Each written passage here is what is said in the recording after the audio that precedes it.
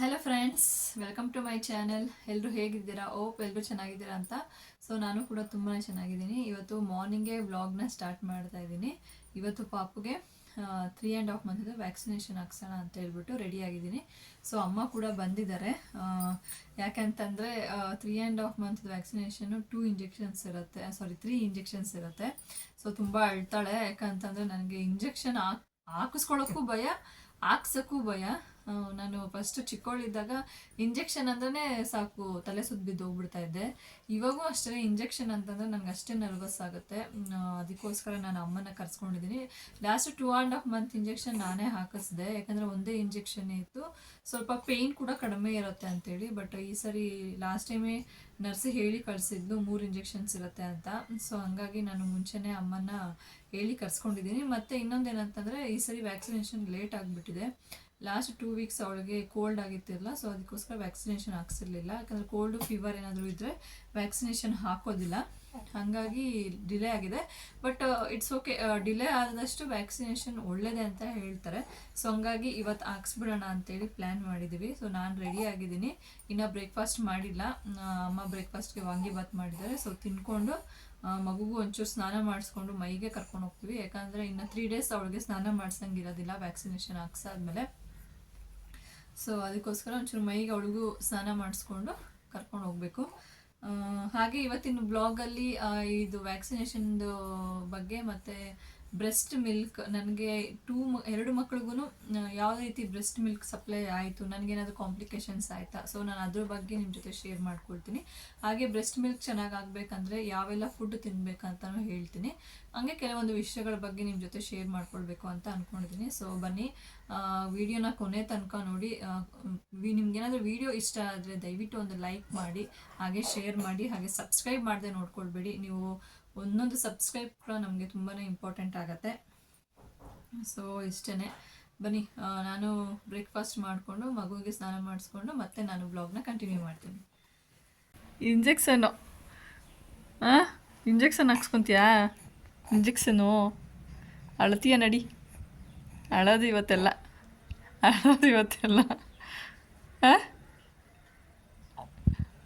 Reaction ನೋಡು. ನಡಿ. ತಾಯಿ ಕಾರ್ಡನ್ನ ತೊಗೊಂಡಿದ್ದೀನಿ ಅಷ್ಟೇ. ತಾಯಿ ಕಾರ್ಡು, ಮೊಬೈಲು 2 ಇದ್ದರೆ ಸಾಕು. ನಮಗೆ ಇಲ್ಲಿಂದ ಒಂದು 5 ಮಿನಿಟ್ಸ್ ವಾಕಬಲ್ಲೇ. ಸೊ ಹಂಗಾಗಿ ನಾನು ಬೇರೆ ಏನು ಕ್ಯಾರಿ ಮಾಡ್ತಾ ಇಲ್ಲ. ಚೀನು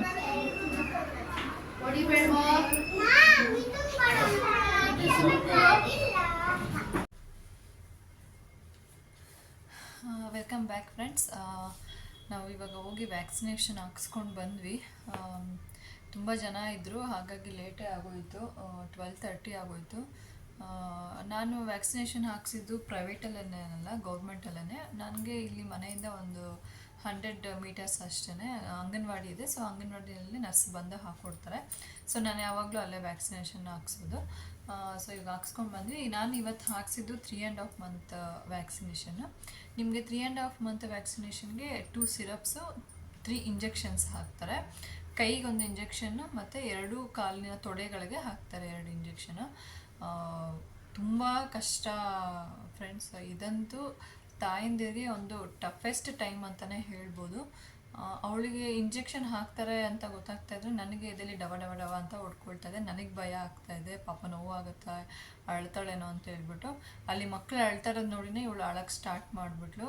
ಆವಾಗೇ ಟೆನ್ಷನ್ ಆಗೋಯ್ತು ನನಗೆ. ಅಮ್ಮ ಇದ್ರೂ ಟೆನ್ಷನ್ ಆಗೋಯ್ತು ಇವತ್ತು ನನಗೆ, ಪಾಪ ತುಂಬ ನೋವಾಗುತ್ತಲ್ಲ ಅಂತೇಳಿ. ಅದು ಇಷ್ಟು ಉದ್ದ ಇರುತ್ತೆ ನೀಡಲ್ ಫ್ರೆಂಡ್ಸ್, ಇಷ್ಟು ಉದ್ದ ಇರುತ್ತೆ. ಅದನ್ನು ತೊಡೆಗೆ ಹಾಕಿ ಚುಚ್ಚಬೇಕಂತಂದರೆ ಎಷ್ಟು ಕಷ್ಟ ಆಗುತ್ತೆ, ಪಾಪ ಎಷ್ಟು ನೋವಾಗುತ್ತೆ ಅವ್ರಗಳಿಗೆ ಅಂತ. ಪ್ರೈವೇಟಲ್ಲಿ ಪೇಯ್ನ್ಲೆಸ್ ಇಂಜೆಕ್ಷನ್ಗಳು ಸಿಗುತ್ತೆ ಅಂತ ಹೇಳ್ತಾರೆ, ಬಟ್ ಕಾಸ್ಟ್ಲಿ ಅಂತ ಹೇಳ್ತಾರೆ. ನನಗೆ ಗೊತ್ತಿಲ್ಲ ಅಮೌಂಟ್ ಎಲ್ಲ ಎಷ್ಟಾಗುತ್ತೆ ಅಂತ, ಬಟ್ ಕಾಸ್ಟ್ಲಿ ಅಂತ ಹೇಳ್ತಾರೆ. ಸೊ ನಾನೇನು ಹಾಕ್ಸೋಕ್ಕೆ ಹೋಗಿಲ್ಲ. ನಾನು ನನ್ನ ದೊಡ್ಡ ಮಗಳಿಗೆ ಹಾಕ್ಸಿದ್ದನ್ನು ನಾನು ಗೌರ್ಮೆಂಟಲ್ಲೇ ಹಾಕ್ಸಿದ್ದೆ. ಸೊ ಅದಕ್ಕೆ ಇವಳಿಗೂ ಸಹ ಇಲ್ಲೇ ಗೌರ್ಮೆಂಟಲ್ಲೇ ಹಾಕಿಸ್ತಾ ಇದ್ದೀನಿ. ಸದ್ಯಕ್ಕೆ ಈಗ ಅವಳು ಮಲಗಿದ್ದಾಳೆ. ಹಂಗೆ ನಾನು ಬರಬೇಕಾದ್ರೆ ಮಲಗಿಬಿಟ್ಲು. ನಾನೇನು ತೊಗೊಂಡು ಹೋಗಲಿಲ್ಲ, ಬರೀ ಒಂದು ತಾಯಿ ಕಾರ್ಡ್ ಒಂದು ತೊಗೊಂಡೋಗಿದ್ದೆ. ನೀವು ಮತ್ತು ತಾಯಿ ಕಾರ್ಡ್ ಜೊತೆಗೆ ನಿಮ್ಮದು ಮೊಬೈಲ್ ರಿಜಿಸ್ಟ್ರೇಷನ್ ಏನು ಮಾಡಿಸಿರ್ತೀರ, ಸೊ ಆ ಮೊಬೈಲ್ನ ತೊಗೊಂಡು ಹೋಗಬೇಕು. ಯಾಕಂದರೆ OTP ಬರುತ್ತೆ. ಸೊ ನೀವು 2 ತಾಯಿ ಕಾರ್ಡು, ಮೊಬೈಲ್, ಇದೊಂದು 2 ಎತ್ಕೊಂಡು ಹೋದರೆ ಸಾಕು. ಇನ್ನು ಅವಳಿಗೆ ಪ್ಯಾರಾಸಿಟಮಲ್ ಹಾಕಿ ಅಂತ ಹೇಳಿ ಡ್ರಾಪ್ಸ್ನ ಬರ್ಕೊಟ್ಟಿದ್ದಾರೆ. ಲಾಸ್ಟ್ ಟೈಮ್ ನಾನು 2.5 ಮಂತಲ್ಲಿ ಹಾಕ್ಸ್ದಾಗ ತೊಗೊಂಡು ಬಂದಿಟ್ಟಿದ್ದೆ. ಸೊ ಅದನ್ನೇ ಹಾಕಿ ಅಂತ ಹೇಳಿದ್ದಾರೆ. ಸೊ ಅವಳಿಗೆ ಎದ್ದ ತಕ್ಷಣ ಅದನ್ನು ಒಂದು 4 ಡ್ರಾಪ್ಸ್ ಹಾಕ್ತೀನಿ. ಆಮೇಲೆ ಒಂದು ಹಾಫ್ ಆನ್ ಅವರ್ ಬಿಟ್ಟಿದ ತಕ್ಷಣ ಅವಳಿಗೆ ಸ್ವಲ್ಪ ಇದು ಬೇಬಿ ರಬ್ ಬರುತ್ತಲ್ಲ, ಅಮೃತಾಂಜನ್ ಬೇಬಿ ರಬ್ ಬರುತ್ತಲ್ಲ, ಸೊ ಅದನ್ನು ರಬ್ ಮಾಡ್ತೀವಿ. ಆದಮೇಲೆ ಇಲ್ಲ ಅಂತಂದರೆ ಐಸ್ ಕ್ಯೂಬ್ಸ್ನ ರಬ್ ಮಾಡ್ತೀನಿ. ಸೊ ವಾಸಿ ಆಗುತ್ತೆ. ನಮಗೆ ಈ ಸರಿ ಆದರೂ ಪರವಾಗಿಲ್ಲ, ನನಗೆ ಈ ಮಗಳಿಗೆ ಸ್ವಲ್ಪ ಚೆನ್ನಾಗಿ ಎಕ್ಸ್ಪೀರಿಯೆನ್ಸ್ ಆಗಿದೆ. ನನ್ನ ದೊಡ್ಡ ಮಗಳಲ್ಲಿ ಮಾತ್ರ ತುಂಬ ಕಷ್ಟಪಟ್ವಿ ನಾನು ನಮ್ಮಮ್ಮ. ಯಾಕೆ ಅಂತಂದರೆ ಫಸ್ಟ್ ಪ್ರೆಗ್ನೆನ್ಸಿ, ಫಸ್ಟ್ ಮಗು. ನಮ್ಮಮ್ಮನಿಗೂ ಸಹ ಏನೂ ಗೊತ್ತಿಲ್ಲ ಏನು ಮಾಡಬೇಕು ಎತ್ತ ಅಂತ ಹೇಳ್ಬಿಟ್ಟು. ನನ್ನ ದೊಡ್ಡ ಮಗಳನ್ನ ನಾನು ವ್ಯಾಕ್ಸಿನೇಷನ್ ಹಾಕ್ಸ್ಕೊಂಬಂದಾಗ ಪೂರ್ತಿ ನಾನು ಅವಳನ್ನ ತೊಡೆ ಮೇಲೆ ಹಾಕೊಂಡು ಮಲಗಿಸ್ಕೊಂಡೇ ಇದ್ದೆ. ಅಷ್ಟು ಪೇಯ್ನ್ ಇತ್ತು, ಅಷ್ಟು ಅಳ್ತಿದ್ಲು ಅವಳು. ನಮಗೂ ಸಹ ಅಷ್ಟೇ ಏನು ಮಾಡಬೇಕು ಎತ್ತ ಅಂತೇಳಿ ಐಡಿಯಾ ಇರಲಿಲ್ಲ ಆವಾಗ. ಬಟ್ ಇವಾಗ ಒಂದು ಐಡಿಯಾ ಬಂದುಬಿಟ್ಟಿದೆ. ಮೋಸ್ಟ್ಲಿ ಎಲ್ಲರ ಮನೆಯಲ್ಲೂ ಹೀಗೆ ಇರುತ್ತೆ ಅನ್ಸುತ್ತೆ. ದೊಡ್ಡ ಮಗಳಿಗೆ ಏನೇನೆಲ್ಲ ಪ್ರಾಬ್ಲಮ್ನ ಫೇಸ್ ಮಾಡಿರ್ತಾರೆ, ಸೊ ಅದು ನೆಕ್ಸ್ಟ್ ಎರಡನೇ ಮಗು ಏನಾದರೂ ಇದ್ದರೆ ಆ ಮಗುಗೆ ಅದು ಎಕ್ಸ್ಪೀರಿಯೆನ್ಸ್ ಆಗೋಗಿರುತ್ತೆ. ಸೊ ನನ್ನ ತಂಗಿ ವಿಷಯದಲ್ಲಿ ಹಾಗೆ ಆಯಿತು. ನನಗೆ ಎಕ್ಸ್ಪೀರಿಯೆನ್ಸ್ ಮಾಡಿಲ್ಲ. ಸೊ ನನ್ನ ತಂಗಿ ಮಗುಗೇನು ತೊಂದರೆ ಆಗಲಿಲ್ಲ. ಮತ್ತು ಈ ಮಗುಗೂ ಏನೂ ಅಷ್ಟು ತೊಂದರೆ ಆಗಲ್ಲ. ಈಗ ಸದ್ಯಕ್ಕೆ ಅವಳು ಮಲ್ಕೊಂಡಿದ್ದಾಳೆ, ಏನೂ ಜಾಸ್ತಿ ಅಳಿಲ್ಲ. ಇಂಜೆಕ್ಷನ್ ಮಾಡಿದಾಗ ಮಾತ್ರ ಹತ್ತಲು. ಅದನ್ನೇ ನಾನು ಹೇಳಿದಾಗೆ, ನೀವು ಇಂಜೆಕ್ಷನ್ ಮಾಡಿದ ಮನೆಗೆ ಕರ್ಕೊಂಬಂದಿದ ತಕ್ಷಣ ನೀವು ಸಿರಪ್ ಹಾಕಿ, ಯಾಕಂದರೆ ಜ್ವರ ಬರೋಕ್ಕಿಂತ ಮುಂಚೆನೇ ಹಾಕಿಬಿಡಿ. ಆಮೇಲೆ ಒಂದು ಹಾಫ್ ಆನ್ ಅವರ್ ಅವ್ರು ಎಚ್ಚರಿಕೆ ಆದಮೇಲೆ ಅಮೃತಾಂಜನ್ ಅಂತಂದರೆ ದೊಡ್ಡವ್ರು ಯೂಸ್ ಮಾಡೋದು ಅಂತಲ್ಲ, ಬೇಬಿ ರಬ್ಸೆ ಸಿಗುತ್ತಲ್ಲ, ಸೊ ಅದನ್ನು ಆ ಇಂಜೆಕ್ಷನ್ ಎಲ್ಲ ಹಾಕಿದ್ರೆ ಅಲ್ಲಿಗೆ ಅಪ್ಲೈ ಮಾಡಿ ಸುಮ್ಮನೆ ಲೈಟಾಗಿ ಅಪ್ಲೈ ಮಾಡಬೇಕಷ್ಟೇ, ನೀವು ಪ್ರೆಷರ್ ಮಾಡಬಾರ್ದು. ಮತ್ತು ಇನ್ನೊಂದು, ಇಂಜೆಕ್ಷನ್ ಹಾಕಿದಾಗ ನೀವು ಉಜ್ಜಬಾರ್ದು. ಕೆಲವರು ಇಂಜೆಕ್ಷನ್ ಹಾಕಿದ ತಕ್ಷಣ ಕಾಟನ್ ಇಟ್ಕೊಂಡು ಹಿಂಗೆ ಉಜ್ಜಿಬಿಡ್ತಾರೆ. ಸೊ ಆ ಥರ ಉಜ್ಜಬಾರ್ದು ವ್ಯಾಕ್ಸಿನೇಷನ್ ಹಾಕಿಸಿದಾಗ. ಮತ್ತು ನೀವು ಐಸ್ ಕ್ಯೂಬ್ ಇಡುವಾಗೂ ಅಷ್ಟೇ ಸುಮ್ಮನೆ ಒತ್ತಬೇಕಷ್ಟೇ. ಈ ಥರ ಒತ್ತಬೇಕು, ಒಂದು ಬಟ್ಟೆ ಒಳಗಡೆ ಇಟ್ಕೊಂಡು ಐಸ್ ಕ್ಯೂಬ್ನ ಒತ್ತಬೇಕಷ್ಟೇ, ರಬ್ ಮಾಡಬಾರ್ದು ಜೋರಾಗಿ. ಸೊ ಇಷ್ಟೆಲ್ಲ 9 ಮಂತ್ಸ್ವರೆಗೂ ಇನ್ಯಾವುದೇ ರೀತಿ ವ್ಯಾಕ್ಸಿನೇಷನ್ ಇಲ್ಲ. ಈ ವ್ಯಾಕ್ಸಿನೇಷನ್ ಹಾಕ್ಸೋದೇ ಒಂದು ದೊಡ್ಡ ಕಷ್ಟ ನನಗೆ. ಸೊ ಆ ಫೇಸ್ ಈಗ ಮುಗ್ದಿದೆ. ಇನ್ನು 9 ಮಂತ್ಸ್ವರೆಗೂ ಇನ್ನೇನು ತೊಂದರೆ ಇಲ್ಲ. ಇನ್ನು ಬ್ರೆಸ್ಟ್ ಫೀಡಿಂಗ್ ಬಗ್ಗೆ ನನಗೊಂದೆರಡು ಕಮೆಂಟ್ಗಳು ಬಂದಿತ್ತು. ನಿಮಗೆ ಬ್ರೆಸ್ಟ್ ಮಿಲ್ಕ್ ಸಾಕಾಗ್ತಾ ಇದೆಯಾ ಅಂತ ಹೇಳ್ಬಿಟ್ಟು. ನಾನು ಅದ್ರ ಬಗ್ಗೆ ಇವತ್ತು ನಾನು ವೀಡಿಯೋದಲ್ಲಿ ಹೇಳಬೇಕಂತ ಅಂದ್ಕೊಳ್ತಾ ಇದ್ದೀನಿ. ನನಗೆ ಇಬ್ಬರು ಮಕ್ಳಿಗೂ ಕೂಡ ಬ್ರೆಸ್ಟ್ ಮಿಲ್ಕ್ ಬಗ್ಗೆ ಏನೂ ತೊಂದರೆ ಆಗಿಲ್ಲ. ಇಬ್ಬರಿಗೂ ಕೂಡ ನನಗೆ ಬ್ರೆಸ್ಟ್ ಮಿಲ್ಕ್ ಚೆನ್ನಾಗಿ ಸಪ್ಲೈ ಆಯಿತು. ಏನು ಅಂಥ ಕಾಂಪ್ಲಿಕೇಶನ್ಸ್ ಏನೂ ಆಗಿಲ್ಲ. ಬಟ್ ಫಸ್ಟ್ ಪ್ರೆಗ್ನೆನ್ಸಿಲೇ ಅಲ್ಲಿ ಏನಾಯಿತು ಅಂತಂದರೆ 2 ಡೇಸ್ ಬರಲಿಲ್ಲ, ಹಾಲು ಬರಲಿಲ್ಲ ನನ್ನ ದೊಡ್ಡ ಮಗಳಿಗೆ. ನಂದು ಏನೋ ಫಸ್ಟ್ ಪ್ರೆಗ್ನೆನ್ಸಿ ಆ ಥರ ಇರುತ್ತೋ ಅಥವಾ C-ಸೆಕ್ಷನ್ಗೆ ಏನೋ ಗೊತ್ತಿಲ್ಲ. ನನಗೆ ಅವಾಗ ಅಷ್ಟು ಏನೂ ಗೊತ್ತೇ ಇಲ್ಲ, ನನಗೆ ಅದ್ರ ಬಗ್ಗೆ ಏನೂ ನಾಲೆಜೇ ಇರಲಿಲ್ಲ ಅಲ್ಲ. 2 ಡೇಸ್ ಅವಳಿಗೆ ಹಾಲು ಬರಲಿಲ್ಲ. ಆಮೇಲೆ 1-2 ಟ್ಯಾಬ್ಲೆಟ್ಸ್ ಕೊಟ್ಟಿದ್ದರು ನನಗೆ. ಸೊ ನಾನು ಟ್ಯಾಬ್ಲೆಟ್ ನೇಮ್ ಎಲ್ಲ ಹೇಳಲ್ಲ. ಆ ಟ್ಯಾಬ್ಲೆಟ್ ತೊಗೊಂಡಿದ ತಕ್ಷಣ ನನಗೆ ಮಿಲ್ಕ್ ಸಪ್ಲೈ ಆಯಿತು. ಸೊ ಆವಾಗಿಂದ ಚೆನ್ನಾಗಿ ಮಿಲ್ಕ್ ಸಪ್ಲೈ ಆಗ್ತಾನೆ ಇತ್ತು, ಚೆನ್ನಾಗಿತ್ತು ಅವಳಿಗೆ. ಮತ್ತು ಇವಳಿಗೆ ಎರಡನೇ ಒಳಗೂ ಅಷ್ಟೇ. ಎರಡನೇ ಒಳಗೆ ಏನಂತಂದರೆ ಅವತ್ತಿನ ದಿವಸನೇ ನನಗೆ ಮಿಲ್ಕ್ ಸಪ್ಲೈ ಚೆನ್ನಾಗಾಯಿತು. ಅವತ್ತೇ ನಾನು ಫೀಡಿಂಗ್ ಸ್ಟಾರ್ಟ್ ಮಾಡ್ಕೊಂಬಿಟ್ಟೆ. ನನಗೆ ಲ್ಯಾಕ್ಟೇಷನ್ ಕನ್ಸಲ್ಟ್ ಅವ್ರು ಬಂದು ನನಗೆ ಹೇಳಿದ್ದೇನಂತಂದರೆ, ನನ್ನ ನಿಪ್ಪಲ್ ನೋಡ್ಬಿಟ್ಟು ನಿಮಗೆ ನಿಪ್ಪಲ್ ಚೆನ್ನಾಗಿದೆ, ಸೊ ಹಾಲು ಕೂಡ ಚೆನ್ನಾಗಿ ಸಪ್ಲೈ ಆಗಿದೆ, ನೀವು ಆ ಹಾಲನ್ನ ಕೊಡಿ ಅಂತ ಹೇಳಿದ್ರು. ಸೊ ನಾನು ಹೇಳೋದು ಈಗ ನಾರ್ಮಲ್ ಡೆಲಿವರಿ ಆಗಿರೋರ್ಗಾದರೆ ವಿತಿನ್ 1 ಅವರಲ್ಲಿ, ನಾರ್ಮಲ್ ಡೆಲಿವರಿ ಆಗಿರಲಿ ಅಥವಾ C-ಸೆಕ್ಷನ್ ಆಗಿರಲಿ, ವಿತಿನ್ 1 ಅವರಲ್ಲಿ ಮಿಲ್ಕ್ ಸಪ್ಲೈ ಆಗೋಗುತ್ತೆ. ಬಟ್ ಏನಂದರೆ ನಾರ್ಮಲ್ ಡೆಲಿವರಿ ಆಗಿರೋರಿಗೆ ಮದರ್ನ ಮತ್ತು ಬೇಬಿನ ವಿತಿನ್ 1 ಅವರಲ್ಲಿ ಕೊಟ್ಬಿಡ್ತಾರೆ. C-ಸೆಕ್ಷನ್ ಆಗಿರೋರಿಗೆ 4 to 5 ಅವರ್ಸ್ ಆಗುತ್ತೆ ಮದರು ಮತ್ತು ಬೇಬಿ ಒಂದು ಕಡೆ ಸೇರೋದಕ್ಕೆ. ಯಾಕಂದರೆ ಮದರ್ನ ಇದಿಲ್ಲ, ಅಬ್ಸರ್ವೇಷನಲ್ಲಿ ಇಟ್ಟಿರ್ತಾರೆ. ಸೊ ಅದು ಹಿಂಗಾಗಿ ಒಂದು 4 to 5 ಅವರ್ಸ್ ಡಿಫ್ರೆನ್ಸ್ ಆಗುತ್ತೆ. ಸೊ ಬಟ್ ಮಿಲ್ಕ್ ಸಪ್ಲೈ ಮಾತ್ರ ಆಗಿರುತ್ತೆ. ನೆಕ್ಸ್ಟ್ ಬರುತ್ತಲ್ಲ, ನಿಮಗೆ ಫಸ್ಟು ನೀವು ಬ್ರೆಸ್ಟ್ ಫೀಡ್ ಮಾಡೋಕ್ಕೆ ಹೋಗುವಾಗ ಒಂದು ಯೆಲ್ಲೋ ಕಲರ್ ಥರ ಹಾಲು ಬರುತ್ತೆ. ಸೊ ಅದು 1 ಹನಿ ಬರಲಿ, ಎಷ್ಟನ್ನ ಬರಲಿ, ಅದನ್ನು ಮಗುಗೆ ಕೊಡಲೇಬೇಕು. ಯಾಕಂದರೆ ಅದರಲ್ಲಿ ತುಂಬಾ ರೋಗ ನಿರೋಧಕ ಶಕ್ತಿ ಇರುತ್ತಂತೆ. ಸೊ ಪ್ರಪಂಚದಲ್ಲೇ ನಮ್ಮ ತಾಯಿಯ ಎದೆ ಹಾಲು ಮೀರಿಸೋ ಅಂತಹ ಒಂದು ಫುಡ್ ಬಂದೇ ಇಲ್ಲ ಅಂತ ಹೇಳ್ತಾರೆ. ಸೊ ಅದು ತುಂಬಾ ಇಂಪಾರ್ಟೆಂಟ್ ಆಗುತ್ತೆ. ನನಗೆ ಡಾಕ್ಟ್ರು ಕೂಡ ಅದನ್ನೇ ಹೇಳಿದ್ದು, ನೀವು ಅದನ್ನು ಮಗುಗೆ ಕುಡಿಸ್ಲೇಬೇಕು. ಸೊ ಏನಪ್ಪ ಇದು ಈ ಥರ ಯೆಲ್ಲೋ ಕಲರ್ ಬರ್ತಾ ಇದೆ, ನೀರಾಗಿ ಬರ್ತಾ ಇದೆ ಅಂಥೇಳಿ ಅದನ್ನು ವೇಸ್ಟ್ ಮಾಡಬಾರ್ದು, ಅದನ್ನು ಕೊಡಲೇಬೇಕು ಮಗುಗೆ ಅಂತ ಹೇಳಿದ್ರು. ಮತ್ತು ಮಗುಗೆ ಸಕ್ ಮಾಡಿಸುವಾಗೂ ಅಷ್ಟೇ, ಮಗು ಪೂರ್ತಿ ನಿಮ್ಮದು ಎದೆ ಸುತ್ತಲೂ ಏನಿದೆ ಕಪ್ಪಗಿರುತ್ತಲ್ಲ, ಸೊ ಅದು 3 ಭಾಗ ಮಗು ಬಾಯಿನ ಇಟ್ಕೊಂಡಿರಬೇಕು. ಆವಾಗ ಮಿಲ್ಕ್ನ ಚೆನ್ನಾಗಿ ಮಗು ಸಕ್ ಮಾಡುತ್ತೆ ಅಂತಲೇ ಹೇಳ್ಬೋದು. ಆವಾಗ ನಿಮಗೆ ಮಿಲ್ಕ್ ಕೂಡ ಪ್ರೊಡ್ಯೂಸ್ ಚೆನ್ನಾಗಾಗತ್ತೆ. ಎರಡನೇದಾಗಿ ಏನಾದರೂ ಹೇಳಬೇಕಂತಂದರೆ ಮಿಲ್ಕ್ ಮಗುಗೆ ಸಾಕಾಗ್ತಾ ಇದೆಯಾ ಅಂತೇಳಿ ಹೇಗೆ ತಿಳ್ಕೊಳ್ಳೋದು ಅಂತ ಹೇಳ್ಬಿಟ್ಟು, ಮಗು ವೆಯ್ಟ್ ಗೇನ್ ಆಗ್ತಾ ಇದೆಯಾ ಅದನ್ನು ನೀವು ಚೆಕ್ ಮಾಡ್ಕೊಳ್ತಾ ಇರಿ. ಮತ್ತು ಮಗು ಹಾಲು ಕುಡಿಯುವಾಗ ಸೌಂಡ್ ಮಾಡುತ್ತೆ ನಿಮಗೆ, ಒಂಥರ ಈಗ ನೀವು ನೀರು ಕುಡಿಯುವಾಗ ಹೇಗೆ ಗಟ ಗಟ ಗಟ ಅಂತ ಕುಡಿತೀರಾ, ಒಂಥರ ಸೌಂಡ್ ಬರುತ್ತೆ ನಿಮಗೆ ಗಂಟ್ಲಲ್ಲಿ. ಸೊ ಅದೇ ರೀತಿ ಮಗು ಸೌಂಡ್ ಮಾಡಿಕೊಂಡು ಕುಡಿಯುತ್ತೆ. ಸೊ ಅವಾಗ ಅದನ್ನು ನೀವು ಅಬ್ಸರ್ವ್ ಮಾಡ್ಕೊಳ್ಬೋದು. ಆವಾಗ ನಿಮಗೆ ಗೊತ್ತಾಗುತ್ತೆ ಮಗುಗೆ ಮಿಲ್ಕ್ ಸಾಕಾಗ್ತಿದೆ ಅಂತೇಳಿ. ಮತ್ತು ನೀವು ಫೀಡ್ ಮಾಡುವಾಗೂ ಅಷ್ಟೇ, ಒಂದು ಬ್ರೆಸ್ಟಲ್ಲಿ ನೀವು ಮಿನಿಮಮ್ ಏನಿಲ್ಲ ಅಂದರೂ 15 to 20 ಮಿನಿಟ್ಸ್ ಫೀಡ್ ಮಾಡಲೇಬೇಕು. ಆಮೇಲೆ ಇನ್ನೊಂದು ಬ್ರೆಸ್ಟಲ್ಲಿ ನೀವು ಫೀಡ್ ಮಾಡಬೇಕು. ಒಂದೇ ಬ್ರೆಸ್ಟಲ್ಲಿ ಫೀಡ್ ಮಾಡ್ತಾ ಇರಬಾರ್ದು. ಒಂದೇ ಬ್ರೆಸ್ಟಲ್ಲಿ ಫೀಡ್ ಮಾಡ್ತಾ ಇದ್ದರೆ ನಿಮ್ಗೆ ಇನ್ನೊಂದು ಕಡೆ ಗಡ್ಡೆ ಕಡ್ದಂಗೆ ಆಗುತ್ತೆ. ಸೊ ಎರಡೂ ಬ್ರೆಸ್ಟಲ್ಲೂ ಫೀಡ್ ಮಾಡಬೇಕು. ಒಂದು ಬ್ರೆಸ್ಟಲ್ಲಿ 15 ಮಿನಿಟ್ಸ್ ಆದಮೇಲೆ ಇನ್ನೊಂದು ಬ್ರೆಸ್ಟಲ್ಲಿ 15 ಮಿನಿಟ್ಸ್ ನೀವು ಫೀಡ್ ಮಾಡಬೇಕಾಗತ್ತೆ. ಮತ್ತು ಫ್ರೆಂಡ್ಸ್, ಕೆಲವ್ರಿಗಂತೂ ಬ್ರೆಸ್ಟ್ ಮಿಲ್ಕ್ ಸಪ್ಲೈ ಆಗೋದೇ ಇಲ್ಲ. ಸೊ ಅದೇನು ಅಪರಾಧ ಏನಲ್ಲ. ಕೆಲವರು ಅದೇ ಒಂದು ಟೆನ್ಷನಲ್ಲಿ ಇರ್ತಾರೆ. ತುಂಬ ಟೆನ್ಷನ್ನು ಸ್ಟ್ರೆಸ್ ಮಾಡಿಕೊಂಡಷ್ಟು ಕೂಡ ನಿಮಗೆ ಬ್ರೆಸ್ಟ್ ಮಿಲ್ಕ್ ಬರೋದಿಲ್ಲ. ಬರ್ತಿದ್ರು ಕೂಡ ನೀವು ತುಂಬ ಟೆನ್ಷನ್ನು ಸ್ಟ್ರೆಸ್ ಮಾಡಿಕೊಂಡ್ರೆ ಬ್ರೆಸ್ಟ್ ಮಿಲ್ಕ್ ಕಡಿಮೆನೇ ಆಗುತ್ತೆ. ಸೊ ವರಿ ಮಾಡ್ಕೊಳಕ್ಕೆ ಹೋಗಬೇಡಿ. ನಿಮಗೆ ಬ್ರೆಸ್ಟ್ ಮಿಲ್ಕ್ ಬರಲಿಲ್ಲ ಅಂತಂದರೆ ಅದೇನು ದೊಡ್ಡ ಅಪರಾಧ ಅಲ್ಲ, ನೀವೇನು ಕೆಟ್ಟ ತಾಯಿ ಅಲ್ಲ. ಸೊ ಯಾರೋ 4 ಜನ ಏನೋ ಅಂದರು ಅಂತ ತಲೆ ಕೆಡಿಸ್ಕೊಳಕ್ಕೆ ಹೋಗಬೇಡಿ. ನೀವು ಯಾರ ಹತ್ರನೂ ಶೇರ್ ಮಾಡ್ಕೊಳಕ್ಕೆ ಹೋಗಬೇಡಿ ಬರ್ತಾ ಇಲ್ಲ ಅಂತ. ಯಾಕಂದರೆ ಜನ ಹಂಗಿದ್ದಾರೆ ಹೊರಗಡೆ. ಫಸ್ಟ್ ಡೆಲಿವರಿ ಆಗಿದೆಯಾ ಅಂತ ಆಗಿದೆ ಅಂತ ಅಂದಿದ ತಕ್ಷಣ ಅವ್ರು ಕೇಳೋದೇ ಫಸ್ಟು ಎದೆ ಹಾಲು ಚೆನ್ನಾಗಿ ಆಗ್ತಾ ಇದೆಯಾ ಅಂತ ಹೇಳ್ಬಿಟ್ಟು. ನೀವೇನಾದರೂ ಎದೆ ಹಾಲು ಬಂದಿಲ್ಲ ಅಂತ ಹೇಳಿದ್ರೆ ಅಲ್ಲಿಗೆ ಮುಗದೇ ಹೋಯ್ತು ಕತೆ. ಏನೋ ಒಂದೊಂದು ಕತೆಗಳನ್ನ ಕಟ್ಟಿ ಹೇಳ್ತಾರೆ ಅವರು. ಸೊ ಅದಕ್ಕೆಲ್ಲ ತಲೆ ಕೆಡಿಸ್ಕೊಳಕ್ಕೆ ಹೋಗಬೇಡಿ. ಆ ಥರ ಏನೂ ಇಲ್ಲ. ಫಾರ್ಮುಲಾ ಮಿಲ್ಕ್ ಕೊಟ್ಟರು ಒಳ್ಳೇದೇ. ನಿಮ್ಮ ಮಗುಗೆ ಒಂದು ಎದೆ ಹಾಲು ಬರ್ತಾ ಇಲ್ಲ ಅಂತ ನೀವು ಟೆನ್ಷನ್ ಮಾಡಿಕೊಂಡ್ರೆ ಅದಕ್ಕೆ ಪ್ರೀತಿ ತೋರಿಸೋರು ಯಾರು? ಸೊ ಹಾಗಾಗಿ ಅದನ್ನು ಬರ್ತಾ ಇಲ್ಲ ಅಂತಂದಮೇಲೆ ಅದನ್ನು ಸೈಡ್ಗೆ ಇಟ್ಟು ಮುಂದೆ ಏನು ಮಾಡಬೇಕು ಅನ್ನೋದನ್ನು ಯೋಚನೆ ಮಾಡಿ. ಈಗ ನನ್ನ ತಂಗಿಗೂ ಅಷ್ಟೇ, ಅವಳಿಗೆ ಮಗು ಆಗಿದ ತಕ್ಷಣ ಒಂದು ಹನಿ ಕೂಡ ಎದೆ ಹಾಲು ಬರಲಿಲ್ಲ. ಅವನು ಬೆಳೆದಿದ್ದೇನೆ ಫಾರ್ಮುಲಾ ಮಿಲ್ಕಲ್ಲೇ ಬೆಳೆದಿದ್ದಾನೆ. ಈಗ 1.5 ಇಯರು ಆರಾಮಾಗಿ ಹೆಲ್ತಿಯಾಗಿದ್ದಾನೆ. ಸೊ ಯಾವುದೇ ರೀತಿ ವರಿ ಮಾಡ್ಕೊಳಕ್ಕೆ ಹೋಗಬೇಡಿ ಬ್ರೆಸ್ಟ್ ಮಿಲ್ಕ್ ಬರ್ತಾ ಇಲ್ಲ ಅಂತ ಹೇಳಿ. ಯಾರೋ ಏನೋ ಹಂಗೆ ಹೇಳಿದ್ರು ಹಿಂಗೆ ಹೇಳಿದ್ರು ಅಂತ ದಯವಿಟ್ಟು ತಲೆ ಕೆಡಿಸ್ಕೊಳ್ಬೇಡಿ. ಇದನ್ನು ನೀವು ಫಸ್ಟು ಮೈಂಡಲ್ಲಿ ಇಟ್ಕೊಳ್ಬೇಕಾಗಿರೋದು. ಇನ್ನು ಬ್ರೆಸ್ಟ್ ಮಿಲ್ಕ್ ಚೆನ್ನಾಗಿ ಬರೋದಕ್ಕೆ ಫುಡ್ ಏನು ತೊಗೊಳ್ಬೇಕು ಅಂತ ಹೇಳಿದ್ರೆ, ನಾರ್ಮಲಾಗಿ ನೀವು ಎಲ್ಲ ಫುಡ್ಡು ತೊಗೊಳ್ಬೋದು. ಮೇಯ್ನಾಗಿ ನೀರು ಚೆನ್ನಾಗಿ ಕುಡೀರಿ. ವಾರದಲ್ಲಿ 2 ಸರಿ ನಿಮಗೆ ಸೊಪ್ಪು, ಯಾವುದೇ ರೀತಿಯ ಸೊಪ್ಪಾಗಿರ್ಬೋದು, ಒಂದು ಪಾಲಕ್ ಸೊಪ್ಪಾಗಿರ್ಬೋದು, ಮತ್ತು ಸಬ್ಬಕ್ಕಿ ಸೊಪ್ಪು, ಮೆಂತ್ಯ ಸೊಪ್ಪು, ಇದನ್ನು ಜಾಸ್ತಿ ಯೂಸ್ ಮಾಡಿ. ಇದನ್ನು ಜಾಸ್ತಿ ತಿಂದಷ್ಟು ಬ್ರೆಸ್ಟ್ ಮಿಲ್ಕ್ ಚೆನ್ನಾಗಾಗುತ್ತೆ.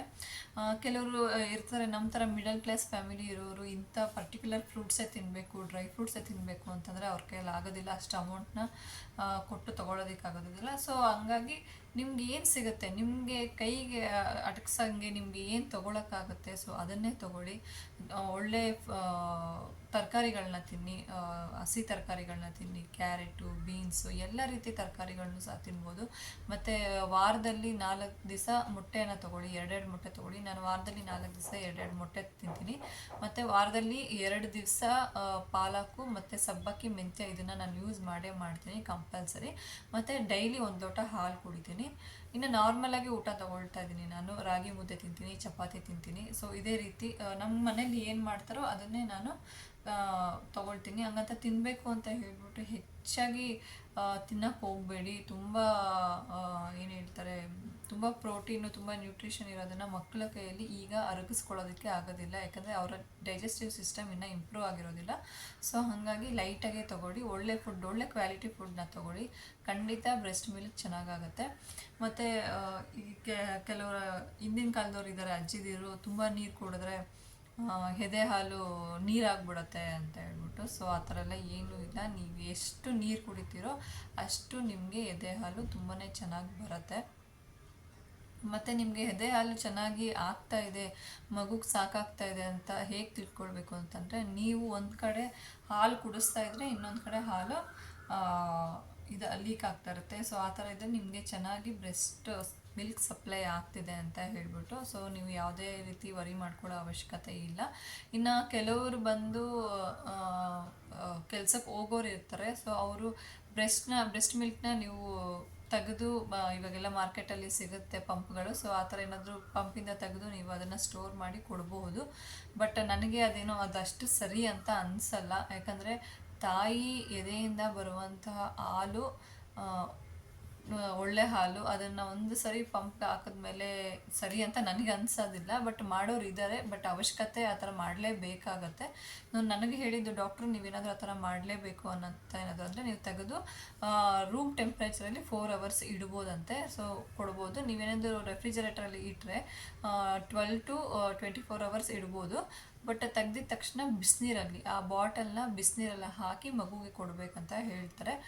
ಬಟ್ ಆದಷ್ಟು ನಾನು ತಾಯಂದಿರಿಗೆ ಹೇಳೋದು, ಒಂದು 6 ಮಂತ್ಸ್ ಆದರೂ ಬ್ರೆಸ್ಟ್ ಮಿಲ್ಕ್ನ ನೀವಾಗೇ ಕುಡಿಸಿ. ಯಾವುದೇ ರೀತಿ ಈಗ ಮಾರ್ಕೆಟಲ್ಲಿ ಸಿಕ್ಕಿರೋ ಪಂಪು ಅವೆಲ್ಲ ಯೂಸ್ ಮಾಡೋಕ್ಕೆ ಹೋಗಬೇಡಿ. ಯಾಕಂತಂದರೆ ನಿಮ್ಮ ಬಾಡಿ ಟೆಂಪ್ರೇಚರಿಂದ ನಿಮ್ಮ ದೇಹದಿಂದ ಬರುವ ಮಿಲ್ಕ್ನಷ್ಟು ಕ್ವಾಲಿಟಿ ನೀವು ಪಂಪ್ ಮಾಡಿದ್ಮೇಲೆ ಇರೋದಿಲ್ಲ ಅಂಥೇಳಿ ನನಗನ್ಸುತ್ತೆ. ನನ್ನ ಒಪಿನಿಯನ್ ಅದು.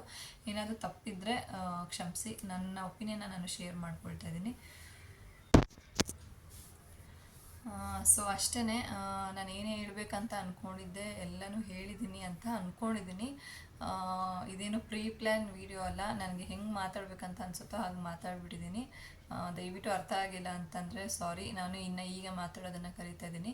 ನಿಮ್ಗೆ ಇನ್ನೂ ಏನಾದರೂ ಡೌಟ್ಸ್ ಇದ್ದರೆ ನನಗೆ ಕಮೆಂಟ್ ಹಾಕಿ, ಅಥವಾ ನನ್ನ ಇನ್ಸ್ಟಾಗ್ರಾಮಲ್ಲಿ ಫಾಲೋ ಮಾಡ್ಕೊಳ್ಳಿ. ನನಗೆ ಇನ್ಸ್ಟಾಗ್ರಾಮಲ್ಲಿ ಮೆಸೇಜ್ ಹಾಕಿ.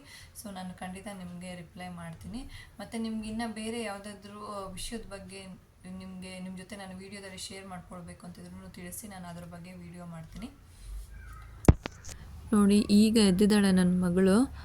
ಅವಳಿಗೆ ಕಾಲು ಫುಲ್ಲು ನೋವಿದೆ. ಅದಕ್ಕೋಸ್ಕರ ಕಾಲು ಸಹ ಅಲ್ಲಾಡಿಸ್ತಾ ಇಲ್ಲ ಅಂತಂದರೆ ಅವಳಿಗೆ ಮಲಗಿದ್ದಾಗ ಏನಾದರೂ ಅವಳ ಮೈ ಮೇಲೆ ಒಂದು ಬಟ್ಟೆ ಏನಾದರೂ ಒದಿಸಿದ್ರೆ ಚಳಿ ಆಗುತ್ತೆ ಅಂತೇಳಿ ಅವಳು ಒದಿಸ್ಕೊಳ್ಳಲ್ಲ. ಕಾಲಲ್ಲಿ ಎತ್ತೆತ್ತಿ ಬಿಸಾಕ್ತಾಳೆ. ಬಟ್ ಆದರೆ ಇವತ್ತು ನಾವು ಹೆಂಗೆ ಒದಿಸಿದ್ವೋ ಅದು ಹಂಗೆ ಇದೆ. ಯಾಕಂದರೆ ಅವಳು ಕಾಲು ಅಲ್ಲಾಡಿಸ್ತಾನೆ ಇಲ್ಲ. ಅವಳಿಗೆ ಗೊತ್ತಾಗಿದೆ ಕಾಲು ನೋವು ಬರ್ತಾಯಿದೆ ಅಂತ ಹೇಳ್ಬಿಟ್ಟು. ಸೊ ಅಮ್ಮ ಇವಾಗ ಎತ್ಕೊಂಡು ಅವಳಿಗೆ ಬೇಬಿ ರಬ್ನ ಅಪ್ಲೈ ಮಾಡ್ತಾ ಇದ್ದಾರೆ ನೋಡಿ. ಸೊ ಆ ಥರ ಜಾಸ್ತಿ ನೀವು ಪ್ರೆಷರ್ ಮಾಡಿ ಒತ್ತಿ ಹಾಕಬಾರ್ದು. ಸುಮ್ಮನೆ ಒರೆಸ್ಬೇಕಷ್ಟೇ ಕಾಲ ಮೇಲೆ ಬೇಬಿ ರಬ್ನ. ಅವಳಿಗೆ ನೋವು ಜಾಸ್ತಿನೇ ಇದೆ, ಪಾಪ ಅಳ್ತಾನೆ ಇದ್ದಾಳೆ. ಯಾಕಮ್ಮ